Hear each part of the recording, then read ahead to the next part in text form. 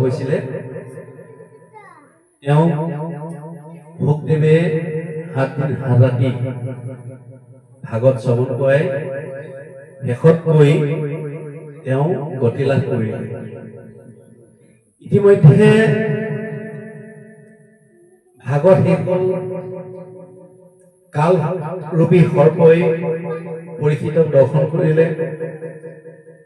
পৰীক্ষিত বৈকুণ্ঠ পালেগৈ, গতি লাভ কৰিলে। ইতিমধ্যে সেই গংগা তীৰত ৬০,০০০ ঋষিয়ে একেলগতে ভাগত শুনি আছিল। তেতিয়া সকলো ঘৰা-ঘৰি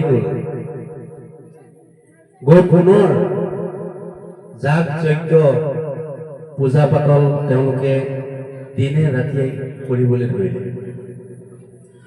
শেষত কৈ কৰোঁতে কওঁতে কওঁতে সহস্ৰ বছৰ তেওঁলোকৰ বৰণটো কলাবৰণ হৈ গ'ল।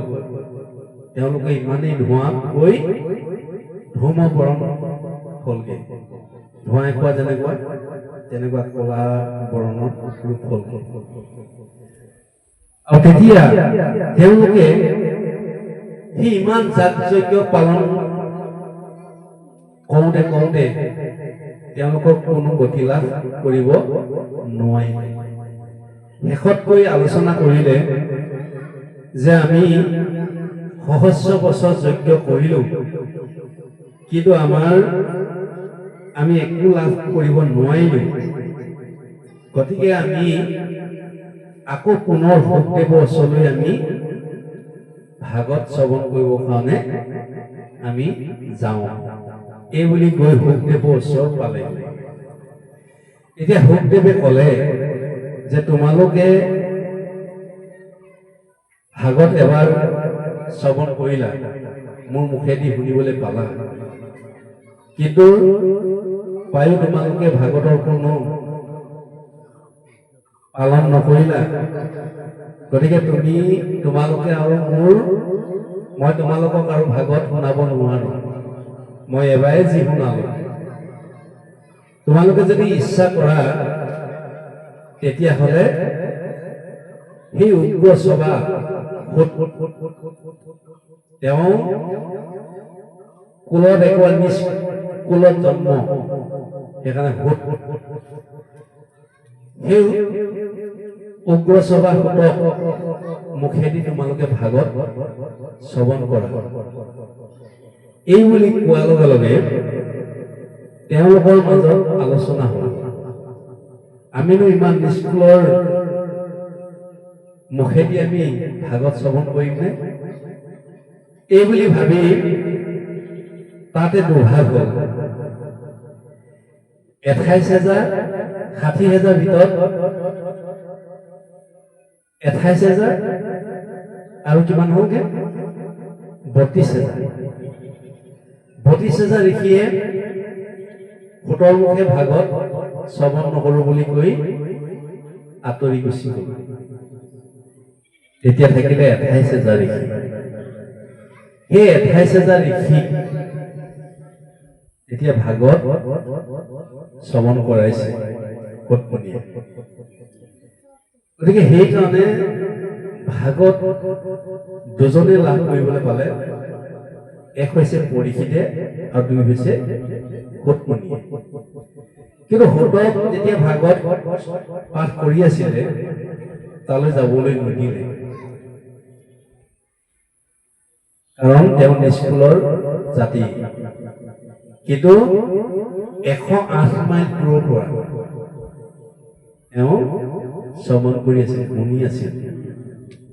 সেই শুনি থাকিয়ে তেওঁ শ্ৰৱণত লাভ কৰিব পাৰে। সেইকাৰণে শ্ৰৱণ আৰু কীৰ্তন শ্ৰেষ্ঠ কৰিছে ভাগৱতৰ। ভাগৱতৰ মূল দৰ্শনটো হৈছে শ্ৰৱণ আৰু কীৰ্তন। শ্ৰৱণ কৰা, কিন্তু শ্ৰৱণ কৰি পাখণ্ড আচাৰবিলাক পৰিহাস কৰিবলৈ কৈছে। যদি আমাৰ হৃদয়ত যদি পাখণ্ড আচাৰবিলাক যদি থাকেই তেতিয়াহ'লে আমি আকৌ ভাগৱত শ্ৰৱণ কৰিও লাভ নহয়। এতিয়া সমাজবিলাকতো আমাৰ সেই আগৰ পৰম্পৰাখিনি এতিয়া প্ৰচলিত হৈ আছে। এতিয়া উচ্চ নিচ্চ এই ভাৱবিলাক আমাৰ সমাজবিলাকত বাঢ়ি গৈছে। ধনী দুখীয়া উচ্চ নিচ্চ এইবিলাক ভাৱ থকাৰ কাৰণে মহাপুৰুষ শ্ৰীমন্ত শংকৰদেৱ গুৰুজনাই এনেকুৱা এটা চিন্তা কৰিলে, জাতি ধৰ্ম বৰ্ণ নিৰ্বিশেষে একতাৰ দোলেৰে বান্ধি পাপী তাপী পুণ্যৱান ধনী দুখীয়া গৃহস্থ সন্যাস এই সমস্তকে একতা কৰিবৰ কাৰণে নামঘৰলৈ আনি তেওঁলোকক সকলো সোমাব পৰা সকলো আহিব পৰা ব্যৱস্থা কৰি থৈ গৈছিল। কিন্তু আজিৰ যুগত জানো আছে? খুব কম আছে। সমাজবিলাকৰ সেই প্ৰচলিতটো নাইকিয়া হৈ গৈছে। কোনোবাজনে যদি দুখ লগাই সেই দুখীজনক সমাজখনে আনি প্ৰকৃততে দুখ হৈছে নাই হোৱা গোটেই বিচাৰ বিবেচনাখিনি কৰি পৰীক্ষা নিৰীক্ষা কৰি তেওঁ কি দণ্ড হয়? তেওঁ মাত্ৰ নামঘৰলৈ চাই এভাগী সেৱা ধোৱাটোৱে আছে, সেই প্ৰায়শ্চিত্ত আছে। কিন্তু এতিয়া কি হৈছে? সমাজৰ পৰা বাহিৰ কৰিব লাগে। সমাজত যদি ভাল কাম কৰি থাকিবলৈ যায় তেতিয়া তেওঁক কেনেকৈ খেদিব লাগে, কাৰণ তেওঁ আকৌ বজাৰখন নচলিব নহয়। যদি ভাল কামৰ যদি মানুহখিনিয়ে যদি ভাল কামেই কৰি থাকে তেতিয়াহ'লে আকৌ এই বেয়া কামৰ বজাৰখন কোনে চলাব? গতিকে বেপাৰী যিবিলাক বেপাৰীয়ে সেই বেপাৰ কৰি থাকে কিন্তু সমাজখনত আহিও ধৰ্ম নীতিক লৈও বেপাৰ কৰিবলৈ বিচাৰে। সি চলে বলেৰে ভাও ধৰি যেনেকৈ টেঙা আম বিকিবলৈ গ'লেও কিন্তু বেপাৰীজনৰ কথাখিনি মিঠাই হৈ থাকে, হয় নাই বাৰু? গতিকে সেইকাৰণে সেই বেপাৰীবিলাকৰ ঠিক তেনেকুৱাই। সেইকাৰণে দ্বিতীয় স্কন্ধটো কৈছে যে ভাগৱত অকল পঢ়িলে যে ভকত হয় সেইটো কথা নহয়। নানা মানে দিনে ৰাতিয়ে পঢ়ে সেইটো নানা মত, কিন্তু এজন দুষ্ট চক্ৰও ভাগৱতৰ ৰূপ ধৰি তেওঁ নিজৰ বেপাৰখনৰ উপাৰ্জনৰ কথা, নিজৰ সন্মানৰ উপাৰ্জনৰ কথা নিজৰ সন্মানটো আগবঢ়োৱা কথাটো ভাবি থাকিব পাৰে। কেইবাটা দিশতো সমাজত সোমাব পাৰে। কিন্তু এইবিলাক পাখণ্ড আচাৰবিলাক আমাৰ পৰিহাস কৰিব লাগিব। তেতিয়াহে আমি কি হ'ব লাগিব? মংগল আচৰণ। তেতিয়াহে মংগল এই আচৰণ যিবিলাক মংগলৰ যিখিনি কাম, সমাজৰ যিখিনি ভাল কাম, সমাজখন কেনেকৈ গঠন কৰিব লাগে, সমাজখন কেনেকৈ ভাল পৰিচালনা কৰিব লাগে, সমাজখনৰ কিবা দোষ আছে নেকি, ক'ৰবাত কিবা যদি বেয়া হৈছে তেওঁ বুজাই পেলাই ভাল কৰাটোৱে সেইটোৱে হৈছে মংগল কাম। তেতিয়াহে এখন সমাজ উন্নতি থাকিব। এতিয়া ইয়াত হৈছে প্ৰথম স্কন্ধৰ ভাগৱতী যেতিয়া ব্যাসদেৱৰ এই ভাগৱত হৈছে ৩৩৫টা অধ্যায়, ৫,৫৪,০০০ শব্দ, ১০টা লক্ষণ, ১২টা স্কন্ধ আৰু ১৮,০০০ শ্লোক। প্ৰথমতে ব্ৰহ্মাক ৪টা শ্লোকত প্ৰভু ভগৱন্তই ভাগৱত প্ৰদান কৰিছিল। জ্ঞান বিজ্ঞান তদং ৰহস্য এই ৪টা বা ১২ স্কন্ধ হৈছে।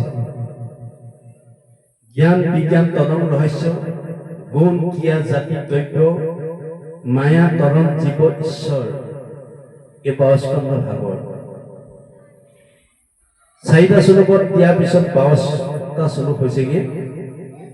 গতিকে ব্ৰহ্মাই নাৰদক দিলে নাৰদে, ব্যাসক দিলে ব্যাসে, শুকক দিলে শুকে পৰীক্ষিতক ৭ দিন ভাগৱত শ্ৰৱণ কৰাইছে। এতিয়া এই ভাগৱতৰ শ্ৰীমদ ভাগৱত চিটোৱে আমাক জীৱন্ত বুজাইছে মদটোৱে মদ প্ৰকাশ কৰিছে কাৰ মদ ভূতৰ মদ শুকৰ মদ বিদুৰৰ মদ মৈত্ৰেয় মদ এই মহামহৰ্ষিসকলৰ ইয়াত মত আছে যিবিলাক ভাল কথা কৈছিলে কাৰ লগত আলোচনা কৰিছিলে এই কথাখিনিহে ইয়াত লিপিবদ্ধ আছে আৰু সেইখিনি পাঠ কৰিলে সেই মতখিনি পাঠ কৰিলে আমি আমাৰ আচৰণটো অট'মেটিক ভাল হৈ যায় তাৰমানে আনক এজন সেইকাৰণে কৈছে আচাৰৰ পৰম ধৰ্ম তাৰমানে আনক যেতিয়া আপুনি ক'ব নালাগে